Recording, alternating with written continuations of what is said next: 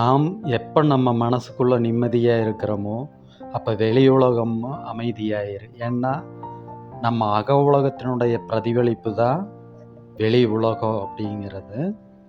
அதைத்தான் இந்த கோட் சொல்லுது. when you make peace with yourself you make peace with the world அப்படிங்கிறது.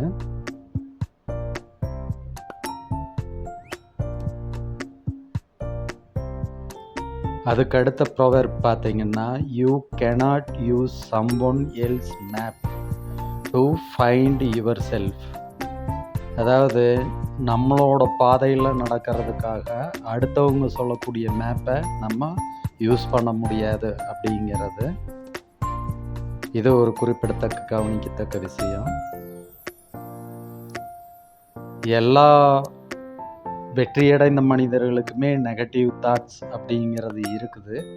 ஆனால் ஒரே ஒரு கவனிக்கத்தக்க விஷயம் என்னன்னா, அவங்க அதுக்கு உணவு கொடுக்கறதில்ல, அவங்க ஃபீடு பண்ணுறதில்ல. அது ஏன், எப்படி, எதனால் வந்துச்சு, இப்படி ஆயிருமோ அப்படி ஆயிருமோ அப்படின்ட்டு அதுக்கு ஃபீடிங் கொடுக்கறதில்ல. Struggle is just another word for growth. ஒரு புல் இருக்குது, செடி இருக்குது, அது புவிப்பந்தை முட்டி தான் வளருது. அந்த புவிப்பந்தை கிளறி வெளியில் வெடிச்சு தான் வளர்கிறதுக்கே ஆரம்பிக்குது. அதுபோல் நமக்கு வரக்கூடிய பிரச்சனைகளுமே நம்மளுக்கு வளர்ச்சிக்காகத்தான் வருது அப்படிங்கிறத நம்ம புரிஞ்சுக்கோம். இது ஓசோவோட முக்கியமான கோட்டு. அதாவது இந்த உலகமே ஒரு கடல் மாதிரி போயிட்டே இருக்குது. இதில் நம்ம ஒரு ஜஸ்ட் வேவ் தான், வெறும் ஒரு அலை மட்டும்தான். அதனால் இதை ரொம்ப உழப்பிட்டு நம்ம வாழ்க்கை ஏன் இப்படி இருக்குது அப்படி இருக்குதுன்னு கன்ஃபியூஸ் பண்ணிக்கூடாது.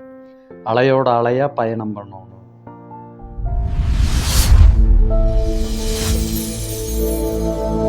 எல்லா நதியிலும் என் ஓடங்கள்